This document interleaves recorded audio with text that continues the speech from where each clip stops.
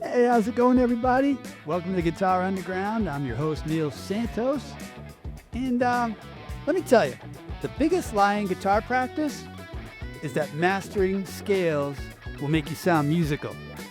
If you've ever practiced scales for years, but you still feel like your solos sound like exercises, then this episode's for you. All right? We're going to be talking about climbing ladders, why scales aren't music. I see this all the time in the membership and lessons with guitar players. It comes up a lot. It really does. So let's get into it today. Excuse me. It's kind of like the alphabet, right? Scales are like the alphabet, and practicing is useful, but no one wants to listen to you recite the A to Z over a backing track, right? You need to take it apart and use them in pieces for it to be useful. All right, so we're going to look at 5 ways that maybe you're not treating the scales as you should to get the most out of them. And then we're going to look at 5 actionable techniques that you can use today to start making your solos sound like solos and not like you're reciting the alphabet. All right? All right, cool. So if you've ever, learned multiple scale shapes, maybe multiple scales, right? Harmonic minor, Dorian, Lydian, Mixolydian, pentatonic, melodic minor. I don't know. The list is endless. Do you ever see the Grimoire, the guitar Grimoire? It's like a giant book, and I think there's multiple versions with like every scale you could ever have. Imagine is in there, and any scale you'd ever want is in there. But what good is it if if you're just playing up and down, up and down? I mean, that's how we practice scales, right? And so when it comes time to solo, maybe that's what comes out. So you can play them cleanly as anybody. You sound super professional, right? But when it's time to solo, you freeze. You just default to those robotic up and down patterns, and it doesn't sound like music. And so we're gonna look at that today. All right. If you're into this kind of approach, like simple, practical, no fluff stuff, make sure you follow the Guitar Underground, all right? So you don't miss an episode and you continue learning with us over here, all right? Okay. So let's get into it. Here's 5 reasons that maybe you sound like you're playing scales when you should be sounding like you're playing music. Reason 1, scales are just the raw material. They're not the music. Right?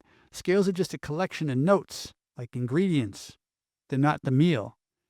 So the scenario is that players run up and down the scale, wondering why it doesn't sound like music. They say, we go to the backing track and they play and they go,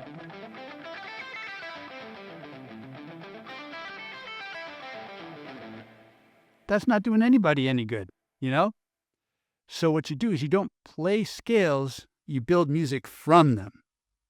Like a freedom comes from stop trying to use the whole scale and start choosing notes intentionally. All right. And we're going to look at a way to do that in the second half of the podcast. Point number 2, linear thinking is a trap. So most players think in a straight line, go to position 1, position 2, position 3, or the, E string to the A string to the D string, right? And that's never going to work. You start your solo and immediately you feel like you have to go somewhere. You want to go up, or if you're up, you want to go down. But music isn't linear. It's more of a conversation, Like if you were in a conversation with somebody at a party, hey, how's it going? Good to see you. And you're like, A, B, C, D, E, F, G, H. You say your alphabet. They're going to say, you're cut off. You can't have any more drinks or whatever. Maybe, or just walk away. That old Bart Simpson or, the Simpsons thing where it's like, I'm going to go stand over here now. And then they just stand over there and like look the other way. That's like the worst outcome. So It's not linear, it's conversational. Fretboard clarity comes when you start seeing the shapes rather as zones or even parts of the shapes, like the middle or the inside. I think I just heard someone's bell go off in their head, thinking like, um, yeah, so, it can be just a section of the shape. It can be jumping from this shape to the next shape, like a zone. So you don't always have to go up and down, up and down. That's point number 2. Point number 3 is you're practicing motion, not meaning, right? So when you sit and practice these scales, you're just practicing moving as fast as you can. You're trying to just practice.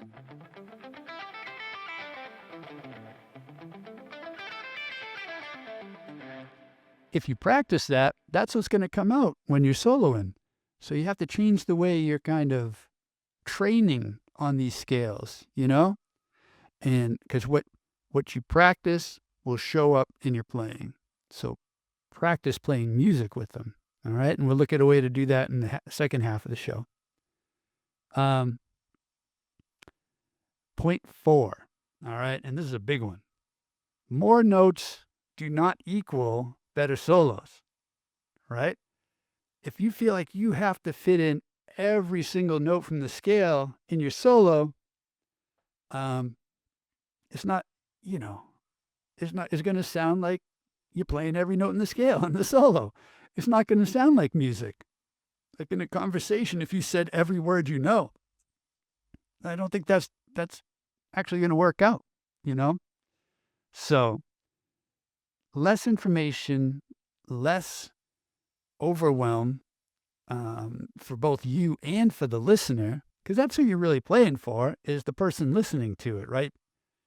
Maybe that's the difference, like if you're playing for yourself and you're like, I love when people when you like shred out, and they just go crazy, that's fine. But if you're playing for anybody else, a civilian, right, as I like to think of them, people that don't play, they're just out there enjoying music, they're not really traditionally going to like that stuff. That's more for musicians, and not even for all musicians, just musicians that like that sporty aspect of guitar, the physical sort of challenge of it, right? I mean, fast stuff is cool once in a while for anybody to enjoy. Like if it's in the context of a nice melodic solo, and then all of a sudden you get this ripping run and then leads up to that final note, that's an effective use of speed. But if your whole solo speed just to kind of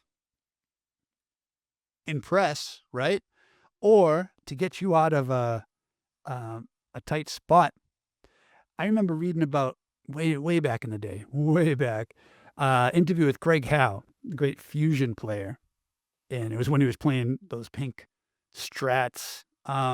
Way back, had a crazy spiky mullet. Anyway, he said, and I didn't understand it at the time, but he said, sometimes I feel like playing fast is easier. It's almost like an out, right? It's an escape.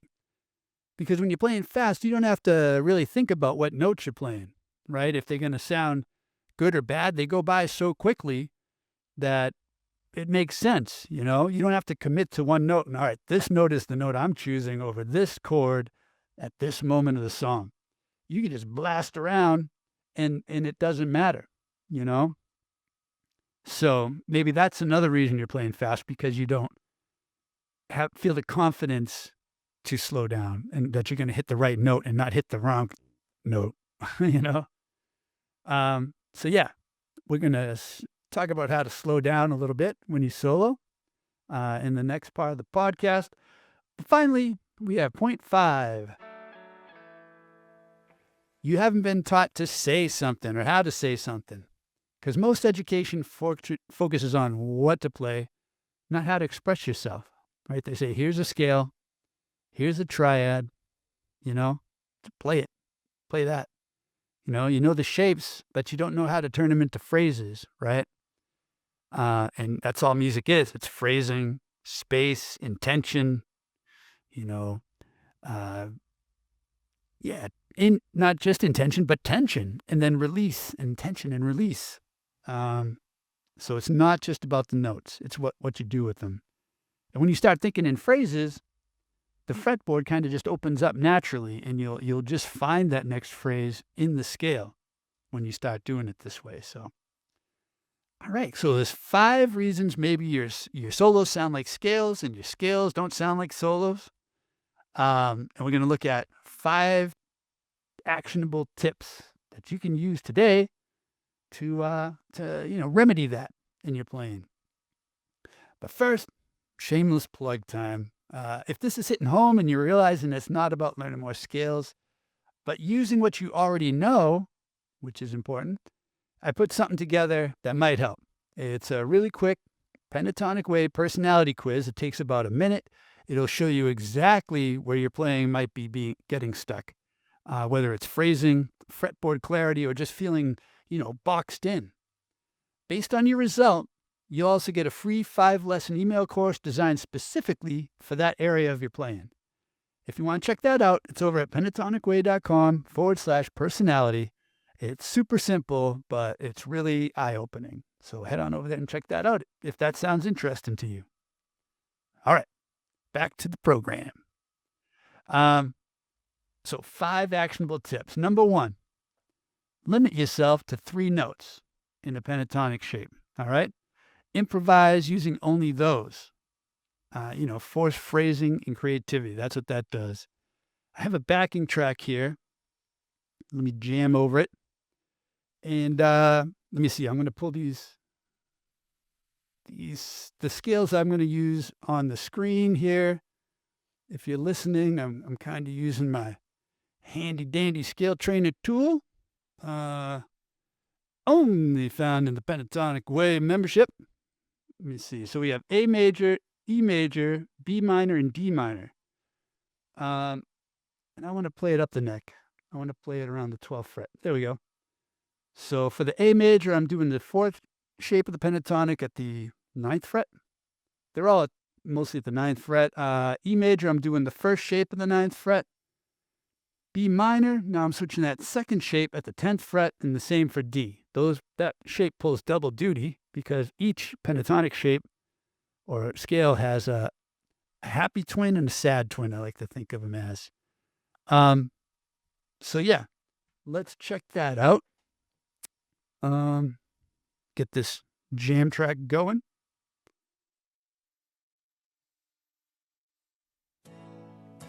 Yeah, all right. E. And then D. Right.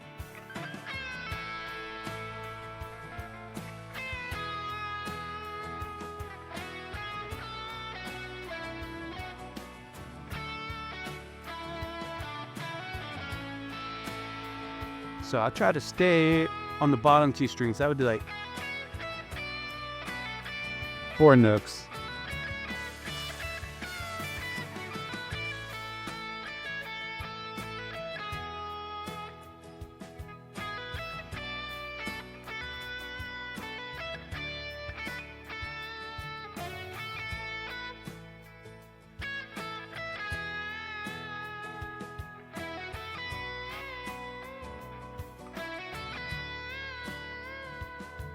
So you can see that just by using a few notes, you can get really melodic with it. It kind of forces you to. And by switching the scales like this, it helps.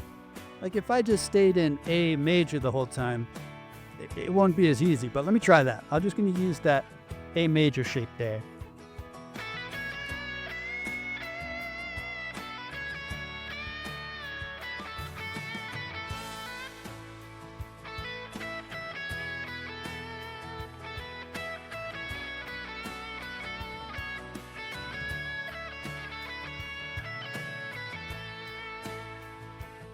That sounds cool. I mean, it gets a little monotonous. Let me switch back to the switching the scale sister command with it.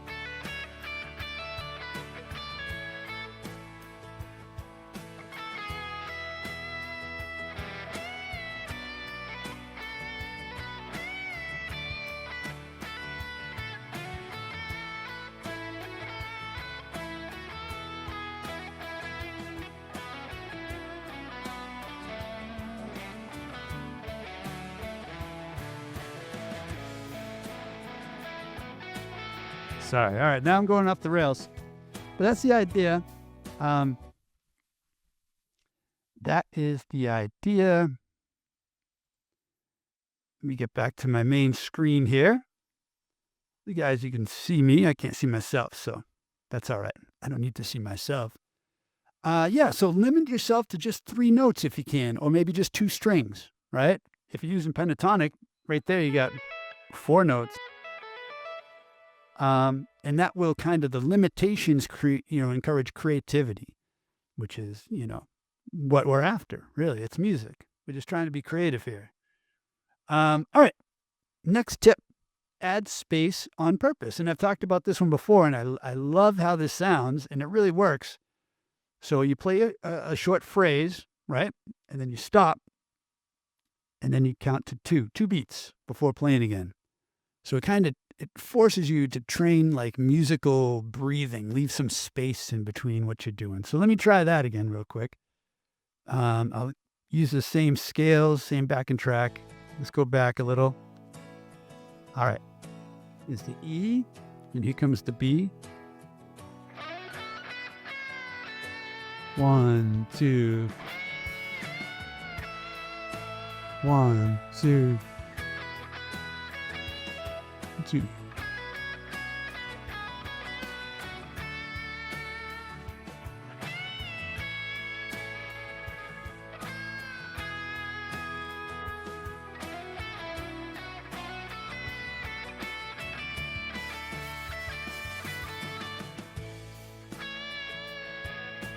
Even there, like waiting on that, when it hit the 1, just wait and do it. I wasn't sure that was going to work out, but I actually like the sound of it. So let's try it again.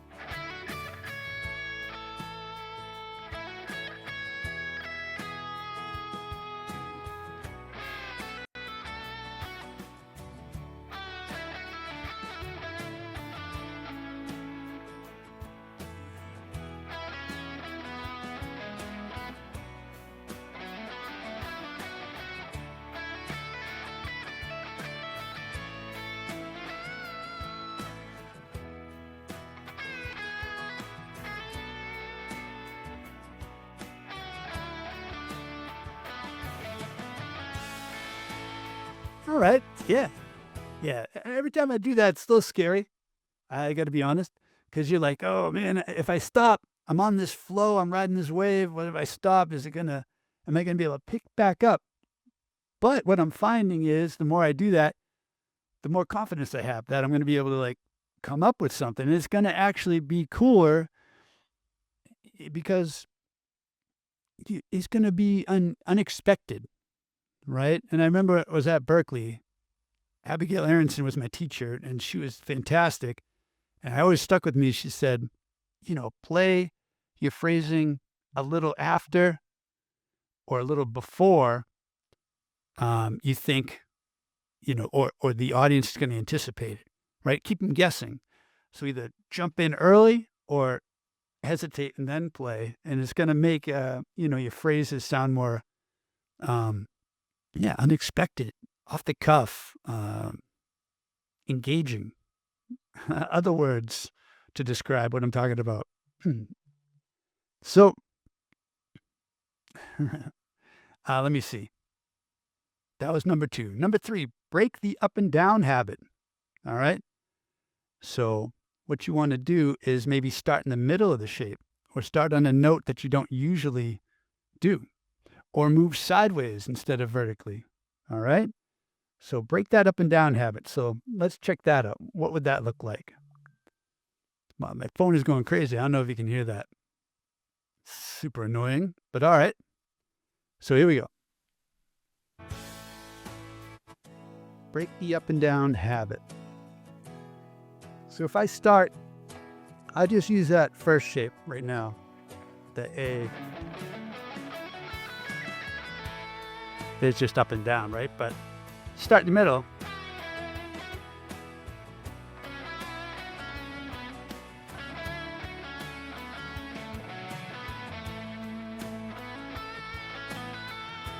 Do some string skipping. That obviously is going to break that up and down through.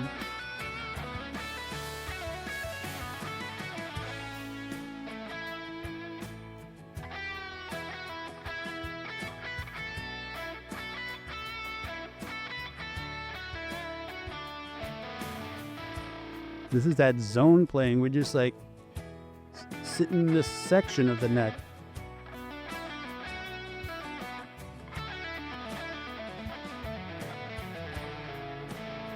That's another thing you can do is just work with sequences, right? Instead of, sorry with the screen, hope you're not getting seasick. Instead of just going up and down, break it into different groups, you know?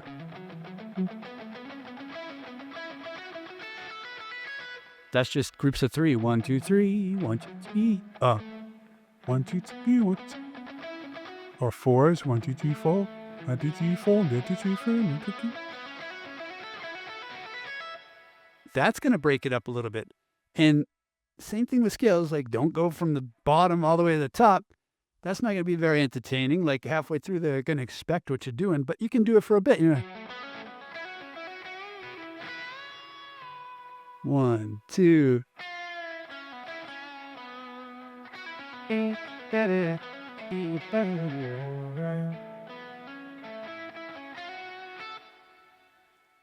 Yeah, that's the idea. So break up that up and down habit by sequences, string skipping, just sticking in one spot, you know, like playing back and forth. Like a lot of melody lines that singers sing aren't like, they just kind of, na na na na na na na na na na na na na na na na, you know, na na na.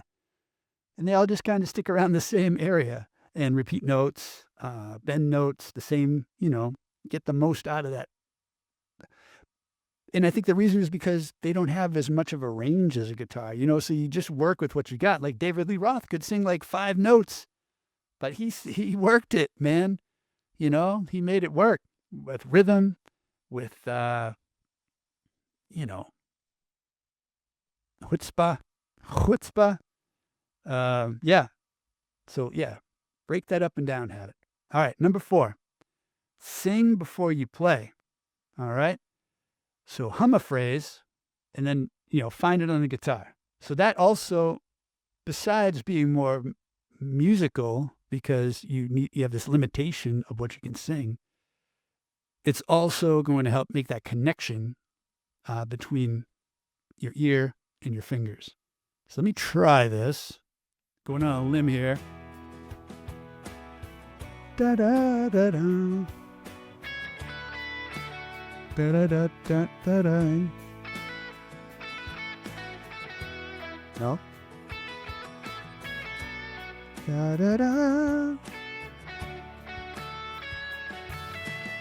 Da da da. But even like, so I'm just sticking with that pentatonic shape. It's going to train your mind too, because you know what's available.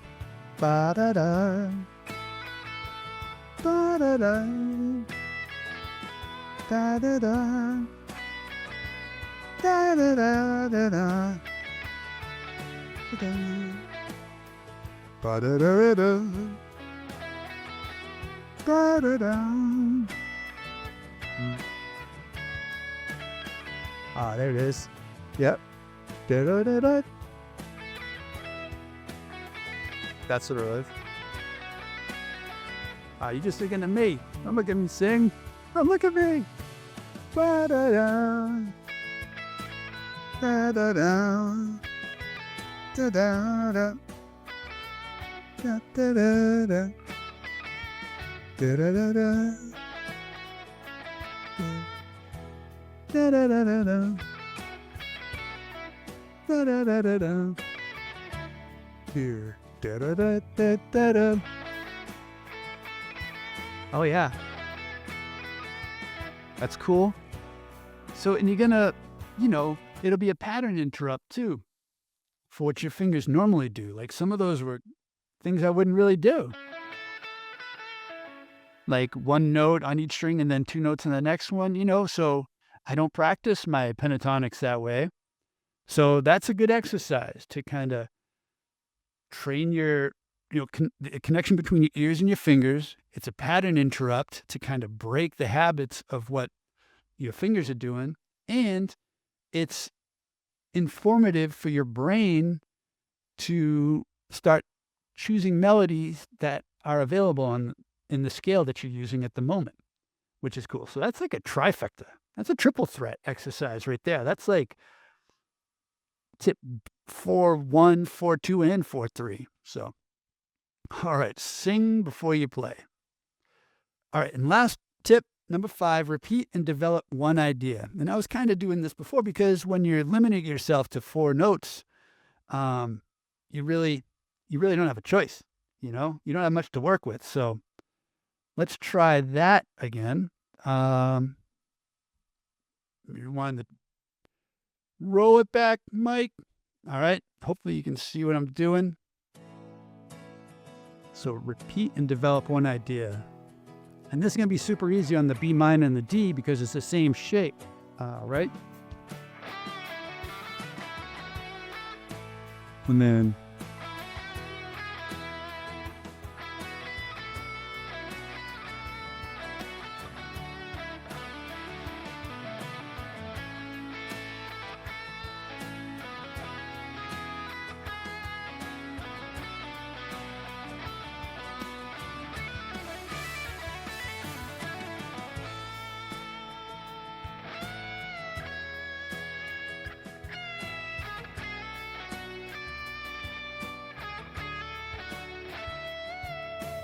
so, yeah, repeating notes, repeating ideas. I hope you can hear that in there. Yeah, I'll try to talk. Here's a B minor, E major, the E.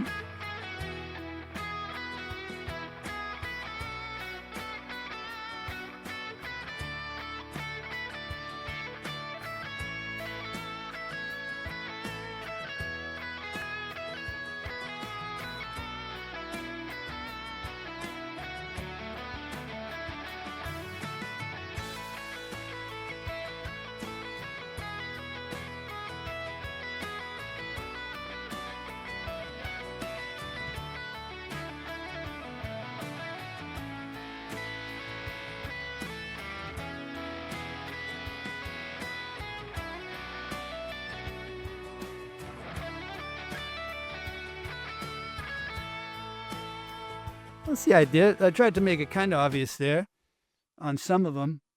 I just kind of repeat the same thing over the A, the E, and the B, adjusting the notes for the different pentatonic scales that I was using.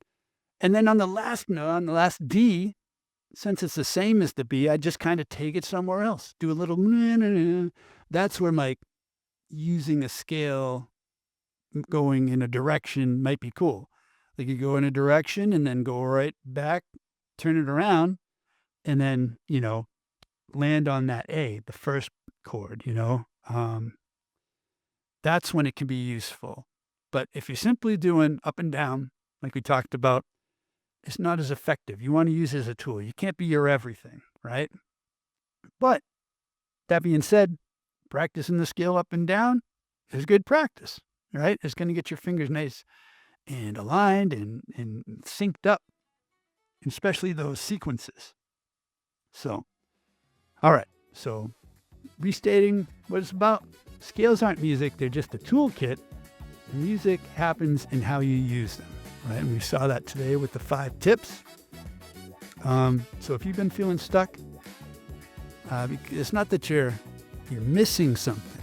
Obviously, if you're jamming up and down these scales, you know stuff, right? It's because no one showed you how to simplify it and just start breaking these things into little habits and little ways to frame these scales that turns them more into music, makes music more likely to happen, right? So, I'd love to hear from you. Have you felt stuck in the scale trap like this? If you have, let me know in the comments, man. And if this helped, make sure that you're following Guitar Underground and share it with someone who is also in the same place as you, and they'll probably thank you for it. So, all right. Until next time, guys, I'm Neil Santos, the Guitar Underground, and thanks for watching. I really appreciate it, man. Keep on picking. All right? All right.